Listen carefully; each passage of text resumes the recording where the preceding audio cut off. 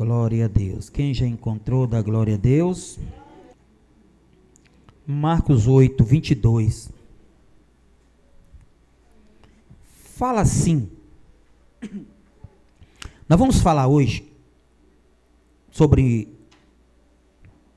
um cego aqui. Nós vamos falar sobre os três cegos que tem na Bíblia Sagrada mencionado aqui, mas nós vamos focalizar mais nesse aqui, de Lucas 8, 22. Cura de um cego de Betsaiba. E chegando a Betsaiba, trouxeram-lhe um cego e rogaram que lhe tocasse. E tomando o cego pela mão, levou para fora da aldeia. E cuspindo-lhe nos olhos, e impondo-lhe as mãos, perguntou-lhe se via alguma coisa. E levantando ele os olhos, disse: vejo os homens, pois o vejo como árvore que anda. Depois tornou a pôr-lhe as mãos nos olhos, e ele, olhando firmemente, ficou restabelecido e já via ao longe e distintamente a todos. E mandou para sua casa, dizendo: não entre na aldeia. Até aqui está bom. Amém? Levanta a mão para o alto, vamos fazer um minutinho de oração ao nosso Deus, amém? Fecha os teus olhos, vamos orar para Deus falar conosco através da palavra, amém? Vamos orar ao nosso Deus. Senhor meu Deus e meu Pai, Senhor da glória, Deus tremendo, poderoso, Deus santo, Deus fiel, maravilhoso, Senhor altíssimo, Senhor de Israel, ó Pai, estamos aqui nesta noite, meu Deus, para o Senhor falar conosco através da palavra, Senhor. Estamos aqui nesta noite, Senhor, para o Senhor falar conosco através das escrituras sagradas. Fala, meu Deus, com este homem, com esta mulher. Fala, Jesus, com a tua igreja do modo geral. Fala com teu povo, meu Pai, que veio aqui em nome de Jesus.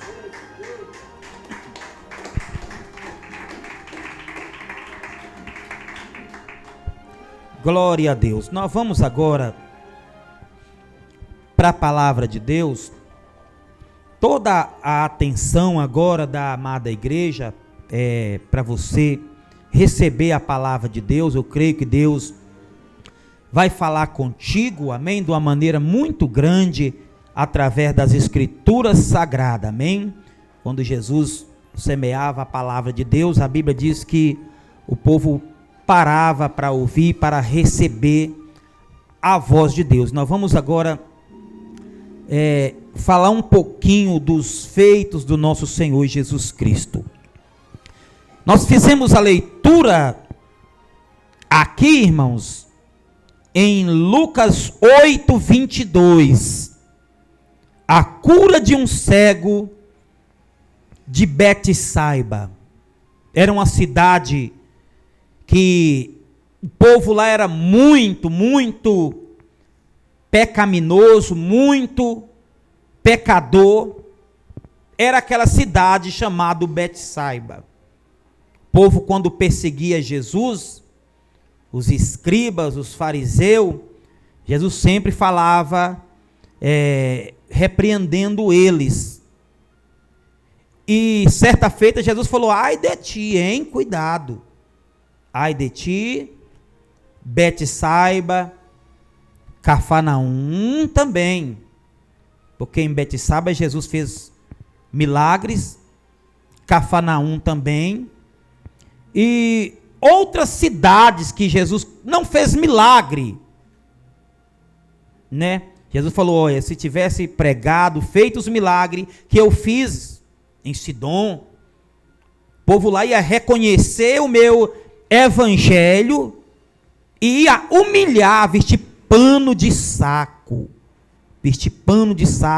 prostrar, né? É o que está aqui em Mateus 11, 21.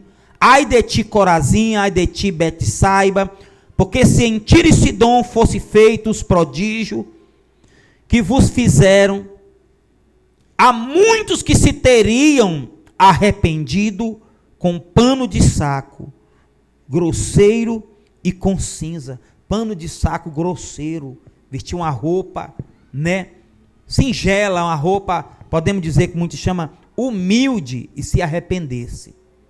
E outro apóstolo falou sobre de Cafarnaum também. Jesus fez muito milagre em Cafarnaum, curou o filho do oficial que era de Cafarnaum, curou o paralítico, né, em Mateus 9, em Cafarnaum. Então teve muitos milagres em Cafarnaum, muitos milagres em Betsaiba.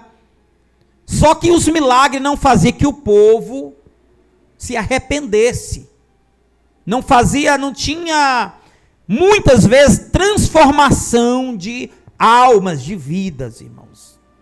E tem muitas igrejas no planeta Terra também que muitas vezes deixa desejar também nas pregações, profetiza muitas vezes casas, pede bens material, as pessoas vender casa, vender carro, e muitas vezes não ensina a pessoa a renunciar o nosso pior adversário, que não é o diabo, não é a macumba, não é Satanás. O apóstolo Paulo disse em Romanos 8:37, né, adiante, fala dizendo: porque estou bem certo que nem a morte, nem a vida, nem os anjos, nem os principados, nem o porvir, nem outra criatura pode nos separar do amor de Deus que está em Cristo Jesus. Então, a luta está travada, mas está em nós vencer o quê? Nós mesmos. O pior adversário nosso é quando nós mesmos não tem demônio, claro que tem, nós expulsa o diabo, expulsa o Satanás, e ele não tem poder na nossa vida, se nós estiver levando uma vida de oração, uma vida de busca do Espírito Santo de Deus, irmãos. Quem está entendendo o que Deus está trazendo para nós? Não adianta, irmão, não é o diabo que me trava, é o diabo, mas não dê brecha para ele não dê alimento para ele não, desvia de caminho que talvez está servindo para dar brecha para o diabo, e está fazendo o diabo fortalecer sobre a vida do ser humano.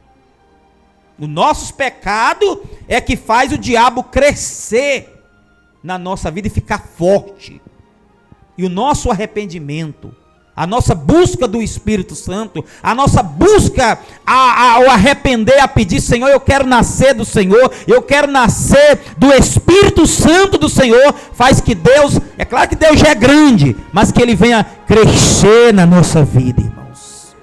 Porque muitas pessoas, tem pessoas que sentem o céu tão distante, irmão, tão distante.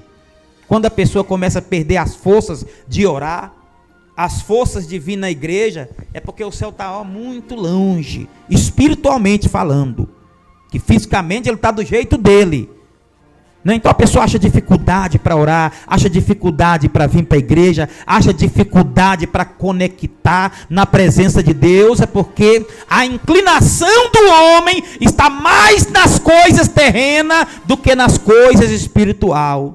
A prioridade dele, a prioridade dela é mais nas coisas aqui da terra, que o apóstolo Paulo diz: pensai nas coisas que são de cima e não nas que são de baixo.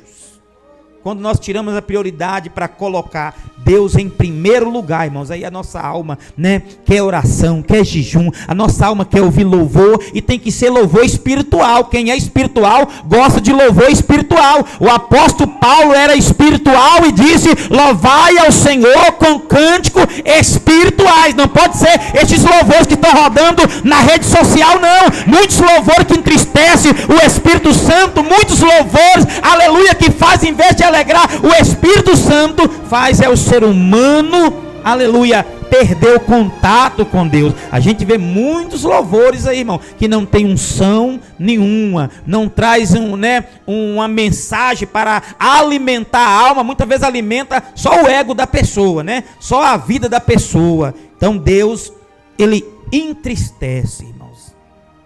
E nós fizemos a leitura aqui 8:22.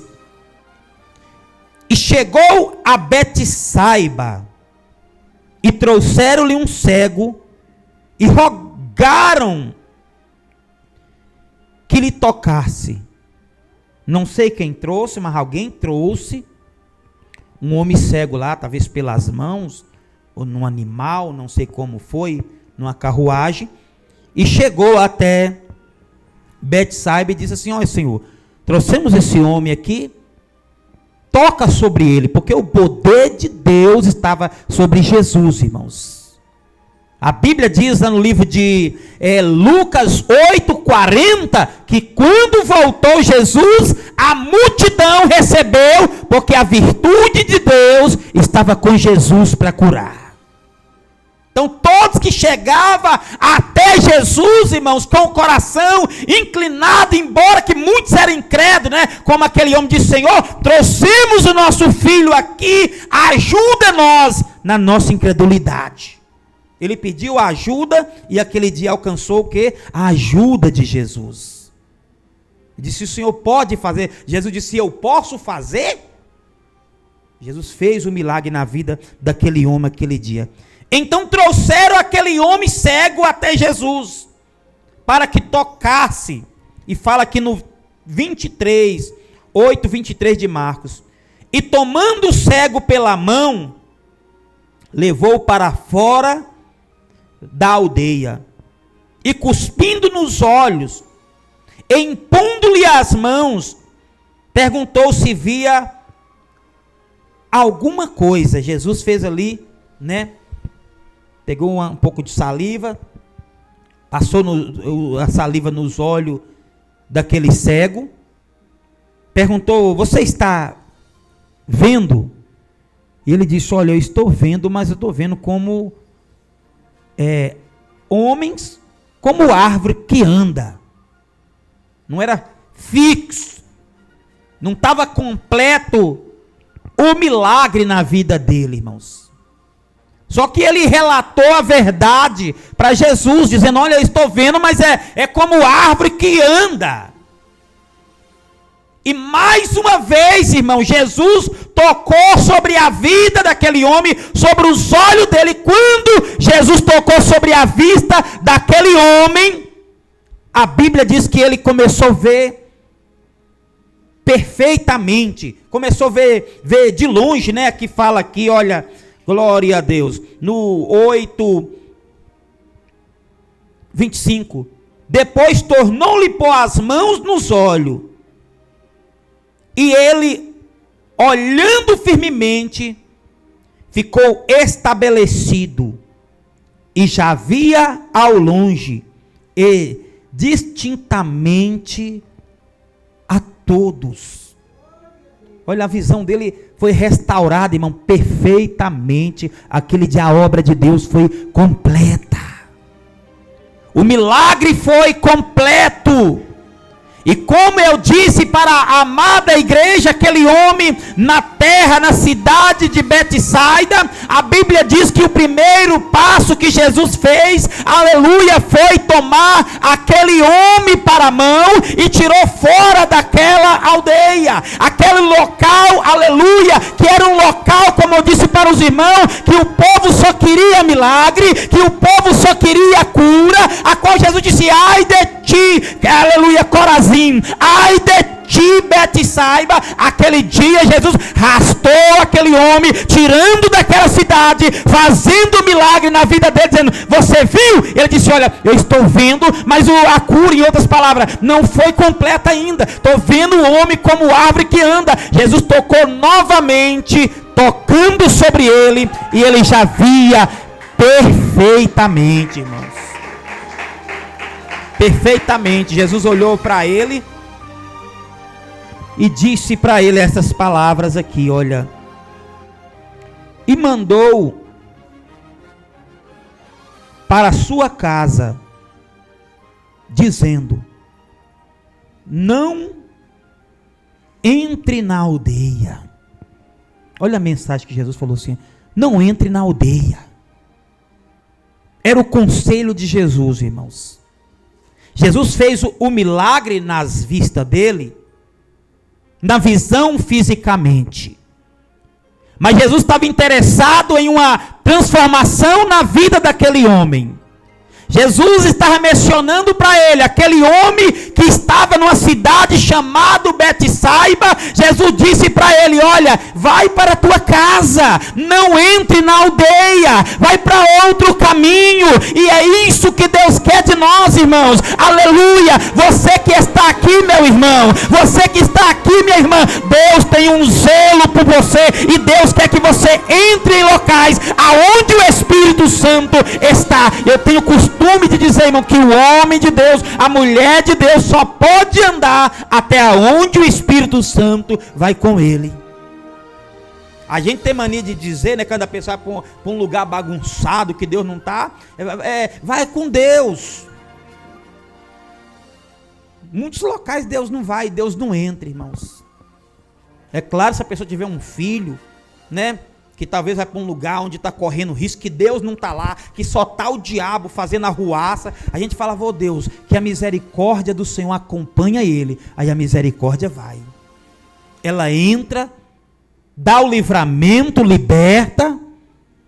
Jó disse essas palavras lá em Jó 21, que Deus salvará os humildes e livrarás até o que não é inocente. Sim, eles serão livres pela pureza das tuas mãos, pelas vossas orações, Jó disse.